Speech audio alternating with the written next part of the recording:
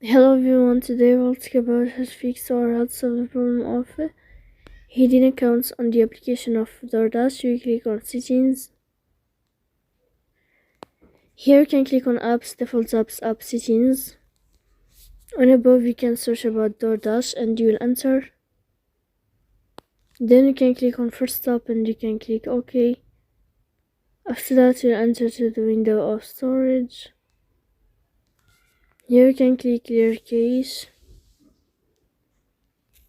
In the end you can turn off your phone and you can turn on your phone again.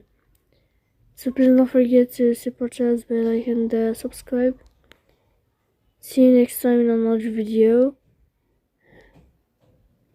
So in the end you can turn off your phone and you can turn on your phone again to fix that problem. So please don't forget to support us.